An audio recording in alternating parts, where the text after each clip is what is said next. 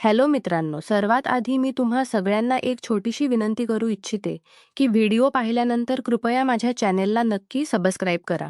हे व्हिडिओ बनवण्यासाठी मी खूप मेहनत घेते आणि याच माध्यमातून मी माझा खर्च चालवते.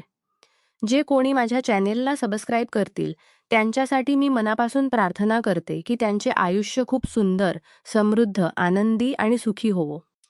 प्लीज प्लीज माझ्या चॅनेलला नक्की सबस्क्राईब करा. एका बाजूला नवऱ्याने घेतलेल डोंगळ्या एवढं कर्ज आणि दुसऱ्या बाजूला सावकाराची ती विचित्र काळजा ठोकवणार, काळजाला ठोका चुकवणारी अट त्या रात्री जेव्हा सावकाराचा तो रांगडा हात माझ्या नाजूक मनगटावर पडला तेव्हा माझ्या अंगावर सरसरून काटा आला. एका स्त्रीसाठी यापेक्षा मोठी अग्निपरीक्षा काय असू शकते, पण त्या माझ्या आयुष्याचं पूर्ण गणितच बदलून टाकलं होतं. चला तर मग ही कथा सुरू करूया. माझं नाव सुरेखा दिसायला, मी भरल्या अंगाची, गोऱ्या पान रंगाची आणि नित्वचा असलेली स्त्री. माझं लग्न एका शेतकरी कुटुंबात झालं. सुरुवातीला सगळं कसं स्वप्न होत होतं, पण नशिबाचे फासे उलट उलटे पडले.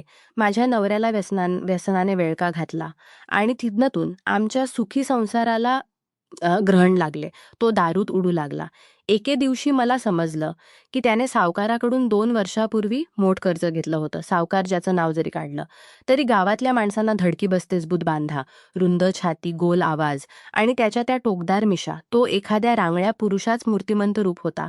कर्ज परत न केल्यामुळे सावकारांनी माझ्या नवऱ्याला बेदाम चोख दिला होता. शेवटी त्या चावऱ्याने एक अजब आणि लाजिरवाणी अट केली. जर 5-6 दिवस तुझी बायको माझ्या हवेलीवर राहायला आली तर तुझं सगळं कर्ज माफ करतो. जेव्हा माझ्या नवऱ्याने लाजत काजत मला ही अट सांगितली तेव्हा माझ्या पायाखालची जमीन सरकली. रागाने माझा थरकाप उडाला. पण मनाच्या एका कोपऱ्यात कुठेतरी एक तृप्त इच्छाही दबलेली होती. लग्नानंतर नवऱ्याच्या व्यसनामुळे मला जे सुख आणि समाधान हवं होतं ते कधीच मिळालं नव्हतं. नवऱ्याच ओझ हलक व्हावं आणि कुठेतरी स्वतःच्या शरीराची ती तहान शमावी, या विचाराने मी जड अंतकरणाने ते पण मनमोत तयारी दर्शवली. दुसऱ्या दिवशी सावकार स्वतः घरी येणार होता. मी मनातून खूप घाबरले होते, पण शरीरात एक विचित्र सणसण आणि उत्तेजाडी नेसली होती, जिच्या ब्लाऊज माझ्या अंगाला अगदी चोपून चोपून बसला होता. कपाटातील साडी साधी सुती. ती साडी सोडून मला काहीतरी वेगळं आणि मादक दिसायचं होतं. सावकार घरात आला. घराबाहेर काळख होता आणि आत कंदेलाचा तो मन पिवळसर प्रकाश. मी पलंगावर शांतपणे पडले होते. हृदयाची धडधड स्पष्ट ऐकू येत होती. सावकाराची पावलं जवळ येत होती. त्याचा तो तीव्र पुरुषी सुगंध आता मला जाणवू लागला होता. त्याने मागून येऊन माझा हात धरला. त्याचा तो खडबडीत रांगडा हात. हात जेव्हा माझ्या नाजूक मनगटावर पडला तेव्हा जणू माझ्या शरीरातून विजेचा प्रवाह धावलं आणि त्याच्या विळक्यात सामावून घेतलं. त्याचा गरम श्वास माझ्या मानेवर आदळत होता. तो खोल आवाजात खुसबुजला सुखा, आजवर तुला फक्त दुरूनच पाहिलं होतं. आज तू खरंच माझ्यासमोर आहेस. त्याच्या त्या आवाजात एक अशी जाजू होती की माझ्या मनात भीती त्या क्षणात वेतळून गेली आणि तिथे एका नव्या वासनेचा जन्म झाला. त्याने माझ्या ओट्यांवर आपले ओठ टेकवले. त्या स्पर्शात इतकी ओढ होती की मी स्वतःला विसरून गेले. आयुष्यात पहिल्यांदाच कोणीतरी मला इतक्या आवेगाने आणि अधिरावाने स्पर्श करत होता. त्याने माझा पदर हळूच खांद्यावरून खाली सरकवला. माझ्या गोऱ्या त्वचेवर सावकाराची नजर खिळली होती. त्याने माझ्या कमरेला हात घातला आणि मला माझ्याकडे जोरात उडलं. मी लोण्यासारखी त्याच्या मिठीत विरदळत होते. आमचे देह आता एकमेकांना पूर्णपणे भिडले होते. त्याच्या त्या मऊपण अधिकार गाजवणाऱ्या स्पर्शामुळे माझ्या अंगात नवीन चेतना सळसळली. त्या रात्री सावकारने मला जे सुख दिलं होतं ते माझ्यासाठी अगदी नवीन आणि अनाकालीन होतं. मी लाजेने गालातल्या गालात हसत होती. सावकार तिथून निघून गेला तरी माझ्या अंगावर त्याचा स्पर्श अजूनही ताजा होता. पहिल्या रात्रीच्या त्या थराटक अनुभवाच्या मनातील भीती आता पूर्णपणे उडाली होती. आता मला सावकाराच्या रांगड्या स्पर्शाची ओढ लागली होती. पण खरी परीक्षा तर तेव्हा येणार होती जेव्हा माझा स्वतःचा नवरा आपल्या या खेळात एका मूक प्रेक्षकासारखा समोर उभा राहणार होता. त्या पावसाळी रात्री नेमकं काय घडलं चला जाणून घेऊया. माझा नवरा नेहमीप्रमाणे दारूच्या नशेत कोपऱ्यात चिटपीट कर पडला होता.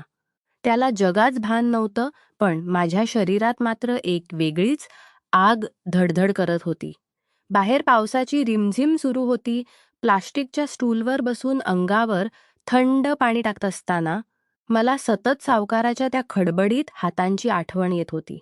अंगव झाल्यावर मी कपाटातून माझा ब्लॅक कलरचा पारदर्शक गाऊन घातला.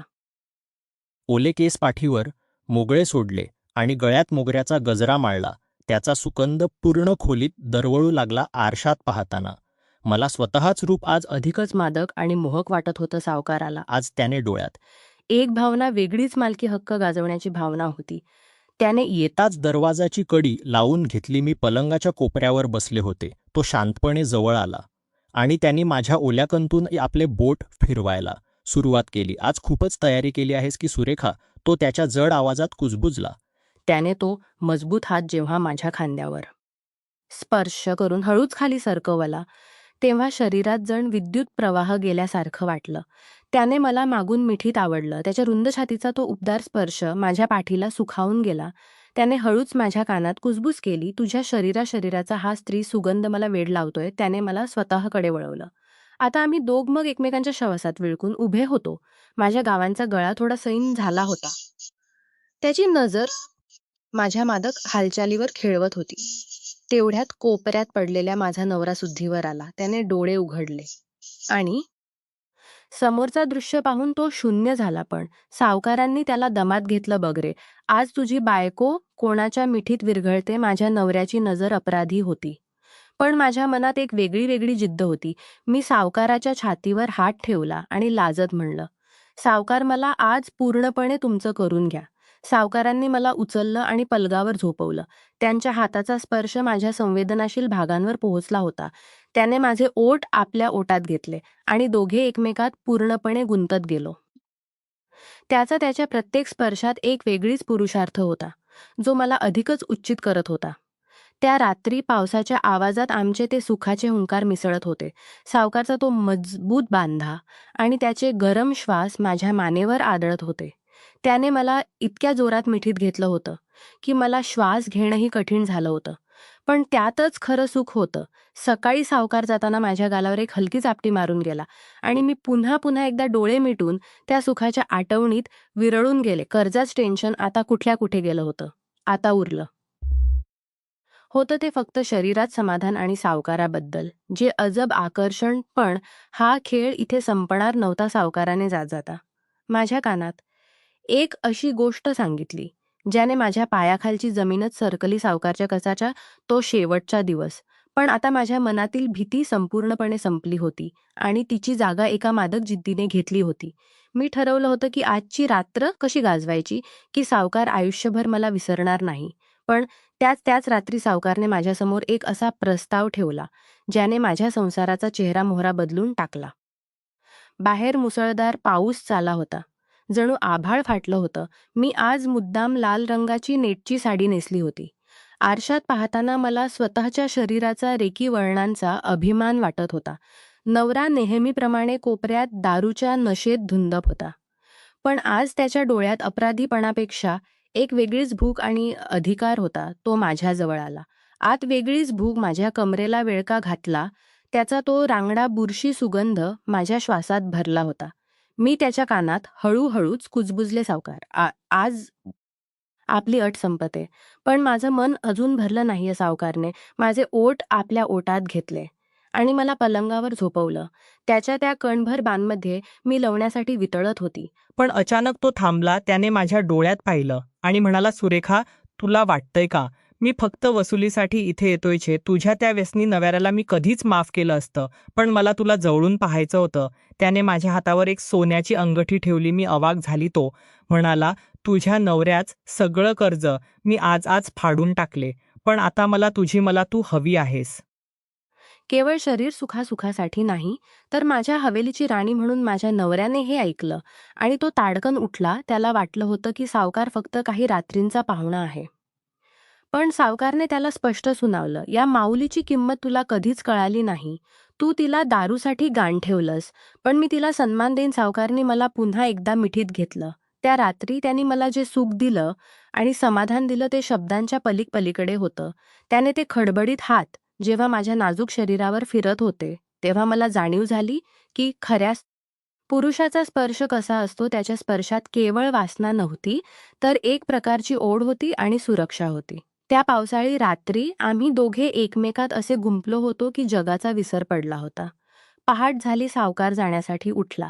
पण त्याने जाताना माझ्या गालावर एक हलकी चापटी मारली आणि माझ्या कपाळावर चुंबन घेतलं. तो म्हणाला, उद्या सकाळी गाडी तुला आणि तुझ्या संसाराला एक सन्मानीय आयुष्याकडे घेऊन जायला. मी विस्कटलेल्या केसांनी माझ्या अर्ध्या उघड्या शरीराने पलकावर पडले होते. माझ्या चेहऱ्यावर एक विजयी स्मित होता. आता मी फक्त एक सामान्य शेतकरी पत्नी नव्हते, तर मी सावकाराच्या आयुष्यातील खऱ्या अर्थाने मालकीण निघाले होते. आमचे गुपित जगासाठी कदाचित चुकीच असेल, पण आमच्यासाठी ते नव्या आयुष्याची सुरुवात.